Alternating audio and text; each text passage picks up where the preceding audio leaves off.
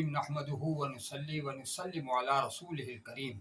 اما بعد فاعوذ باللہ من الشیطان الرجیم بسم اللہ الرحمن الرحیم الا ان اولیاء اللہ لا خوف علیہم ولا هم یحزنون صدق اللہ العظیم ان اللہ وملائکتہ یصلون علی النبی یا ایھا الذین آمنوا صلوا علیہ وسلموا تسلیما اللہم صلی علی سیدنا ومولانا محمد وعلی آل سیدنا ومولانا محمد وبارک وسلم۔ اللہ رب العزت کا بے حد و بے حساب شکر ہے کہ ہم اللہ تعالیٰ اس کے رسول علیہ الصلاۃ والسلام اور اللہ تعالیٰ اور اس کے رسول علیہ الصلاۃ والسلام کے سچے دوستوں کا ذکر کر رہے ہیں۔ آج ہم اعلیٰ حضرت امام احمد رضا بریلوی علیہ الرحمہ کا ذکر پاک کر رہے ہیں۔ آپ اس دور کے عظیم اور بلند پایہ علماء میں سے ہیں، بہت بلند پایہ مفکر ہیں، مجدد ہیں، اور بہت بلند پایہ آپ مصنف ہیں، محدث ہیں، مفسر ہیں۔ بے شمار خوبیاں اور بے شمار کمالات اللہ تعالیٰ نے آپ کو عطا فرمائے، اور اس طرح آپ کا شمار ان لوگوں میں ہوتا ہے جو گاڈ گفٹڈ ہوتے ہیں۔ اعلیٰ حضرت علیہ رحمہ کے عرص پاک کو پوری دنیا میں اس کو سیلیبریٹ کیا جا رہا ہے۔ اس حوالے سے جو ہے ہم بھی اپنی گزارشات پیش کرتے ہیں آپ کی خدمات اور آپ کے کارناموں کے حوالے سے۔ آپ کی شخصیت کا ایک پہلو ہے، وہ یہ ہے کہ جہاں آپ نے بے شمار مسائل پر لکھا ہے اور امت کی رہنمائی کی ہے، وہاں آپ نے بدعات اور خرافات کے خلاف بھی بہت کچھ لکھا ہے۔ یہ سب کچھ ایک دب گیا ہے، اور آپ کے مخالفین نے جو ہے ہر طرف سے جو ہے لوگوں کو مس گائیڈ کیا ہے، مس لیڈ کیا ہے کہ آپ کی معاذ اللہ ساری زندگی جو ہے وہ کوئی بدعات کی حمایت میں گزری ہے، بدعات پھیلانے میں گزری ہے۔ حالانکہ کوئی سچا عالم دین بدعات کا حامی نہیں ہو سکتا۔ اصل بات یہ ہے کہ بدعت کی جو صحیح ڈیفینیشن ہے وہ تو اکابر اسلاف نے صحابہ سے لے کر حضرت شاہ ولی اللہ محدث دہلوی علیہ رحمہ تک ایک ہی پیش کیا ہے، لیکن شاہ ولی اللہ علیہ رحمہ کے بعد بر صغیر پاک و ہند میں ایک عجیب ڈیفینیشن سامنے آئی۔ وہ یہ تھی کہ بدعت اسے کہتے ہیں کہ وہ کام جو حضور کے سامنے نہ ہو، عہد صحابہ میں نہ ہو، تابعین کے دور میں نہ ہو، تبع تابعین کے دور میں نہ ہو۔ یہ کوئی ڈیفینیشن نہیں ہے، یہ بالکل انکمپلیٹ ہے۔ اگر اس کو تسلیم کر لیا جائے تو بے شمار ہمارے جو دینی معمولات ہیں، جو دور یعنی تابعین سے چلے آ رہے ہیں، تبع تابعین کے دور سے چلے آ رہے ہیں، اور تصوف کے خاص مشاغل ہیں اور تصوف کے معمولات ہیں، وہ سارے جو مشاغل ہیں وہ ختم ہو جائیں گے، اور پھر ہمارا فن حدیث، فن تفسیر، اس کی تمام تفصیلات، اور پھر یہ ہماری علماء کی جو ہے تبلیغ اور اشاعت کے حوالے سے دینی جدوجہد، یہ ساری جو ہیں یہ سب ڈیگریڈ ہو جائیں گی، اور یہ ساری سرگرمیاں جو ہیں مشکوک ہو جائیں گی۔ تو بدعت کی صحیح ڈیفینیشن وہی ہے کہ جو چیز قرآن و حدیث کے خلاف ہو وہی بدعت ہے، کیونکہ ہم سب جانتے ہیں کہ اسلامی قانون کے 4 ماخذ ہیں: قرآن، حدیث، اجماع اور قیاس۔ تو ہر کوئی بھی نئی بات ہو وہ ان 4 ماخذ میں سے کسی ایک کے بھی خلاف ہوگی تو وہ اللیگل قرار پائے گی۔ تو اصل بات یہ ہے کہ امام احمد رضا علیہ رحمہ کا جو دور ہے وہ زوال کا دور ہے، سیاسی زوال ہو گیا تھا، اور مکمل جو ہے مسلمان سلطنت ختم ہو گئی تھی، اور پھر انگریز جو ہے ہر شعبہ زندگی پر قابض ہو گئے تھے۔ تو اس دور میں جو ہے مزارات پر جو انگریزوں کے بٹھائے ہوئے لوگ تھے، کیونکہ 1758 میں جو ہے انگریزوں نے بنگال پر قبضہ کیا، اور وہاں کے قبضے کے ساتھ انہوں نے مساجد اور مزارات کے ساتھ جو اوقاف اور جاگیریں تھیں ان کو اپنے قبضے میں لے لیا۔ اس سے علماء کا ہولڈ جو ہے وہ بہت کم ہو گیا، اور پھر ایسے افراد انہوں نے بٹھا دیے جن کا دین سے کوئی تعلق بھی نہیں تھا۔ تو امام احمد رضا نے تنہا جو ہے ان بدعات کے خلاف جو مزارات پر ہو رہی تھی خاص طور پر، اس کے خلاف آواز بلند کی، قلبی جہاد کیا۔ لیکن بڑے افسوس کی بات ہے کہ مورخین نے ان کی اس خدمات کو تسلیم نہیں کیا۔ تو ہم جو ہے چند اشارات کرتے ہیں آپ کی خدمات کے حوالے سے کہ آپ نے بدعات کے خلاف کتنا بڑا کام کیا ہے۔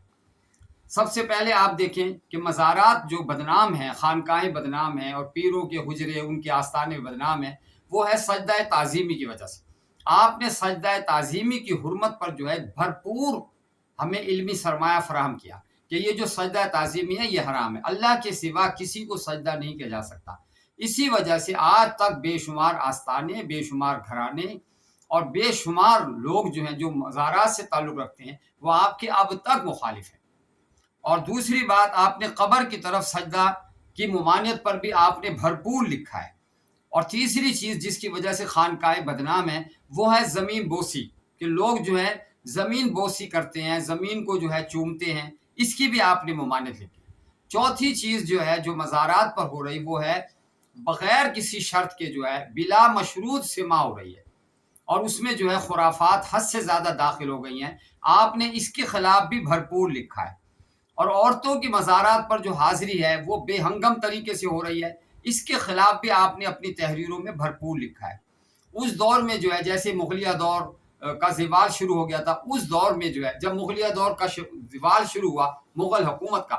اس میں تعزیہ داری کو عروج حاصل ہوا، بے شمار نوابین جو ہیں وہ اثنا عشری ہو گئے، اس وجہ سے تعزیہ داری کو بڑا عروج حاصل ہوا۔ آپ نے تعزیہ داری کے خلاف بھی بھرپور لکھا،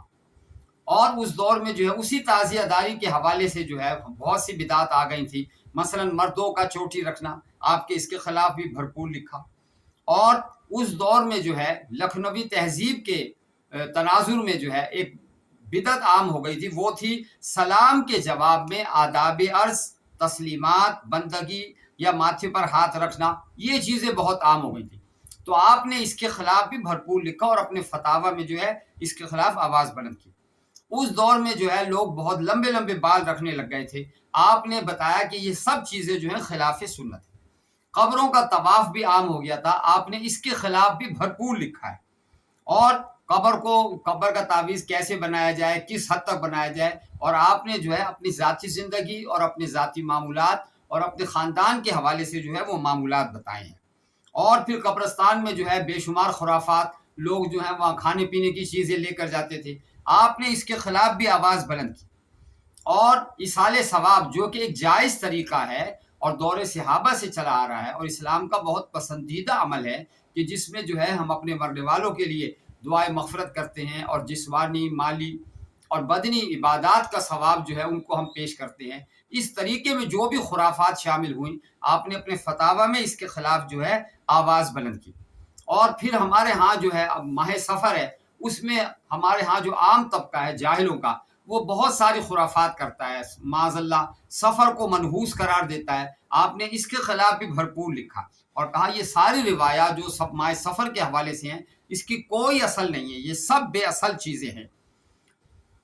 جب مزارات پر جو ہے غیر شرعی لوگوں کا قبضہ ہو گیا، انگریزوں کے رعایت سے، انگریزوں کی سہولت سے، یہ انگریز سہولت کار بنے اور مزارات پر ایسے لوگ قابض ہو گئے جنہوں نے شریعت کی کوئی پرواہ نہ کی، تو اس دور میں سب سے بڑی جو بدعت سامنے آئی مزارات پہ، وہ پیر سے پردہ نہ کرنا ہے۔ پیروں نے جو ہے پردے کو بالکل اڑا دیا، اور لوگ جو ہے پیروں سے پردہ کرنے کو جو ہے جائز سمجھنے لگے۔ آپ نے اس کے خلاف بھی بھرپور لکھا، اور اس طرح تعویذات، عملیات میں جو بے شمار لوگوں نے خرابیاں شامل کی ہیں، ایک بڑی طویل فہرست ہے جو آپ نے بدعات اور خرافات کے خلاف لکھا ہے، ایک بڑی طویل فہرست ہے جو ہم انشاءاللہ دوسری کلپ میں بیان کریں گے۔ تو بدعات اور خرافات کے سب سے بڑے مخالف امام احمد رضا ہیں علیہ رحمہ، اور سب سے بڑا جہاد کرنے والے آپ ہی کی ذاتی گرامی ہے۔ لیکن بہت افسوس کی بات ہے کہ ہمارے مورخین نے آپ کی اس خدمات کو کبھی تسلیم نہیں کیا، اور سب لوگوں نے جو ہے مل کر آپ پر یہ بوجھ ڈالا، آپ پر یہ ملبہ ڈال دیا کہ آپ ہی بدعات کو فروغ دینے والے ہیں، حالانکہ کوئی سچا عالم دین جو ہے بدعات کو فروغ نہیں دیتا۔ اور پھر آپ کے دور میں جو سب سے بڑی بدعت پھیلی، جس کے اثرات اب تک سامنے آ رہے ہیں، وہ ہے ہندو مسلم اتحاد۔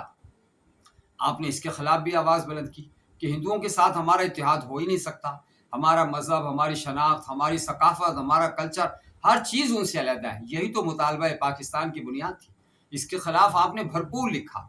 وما علینا الا البلاغ۔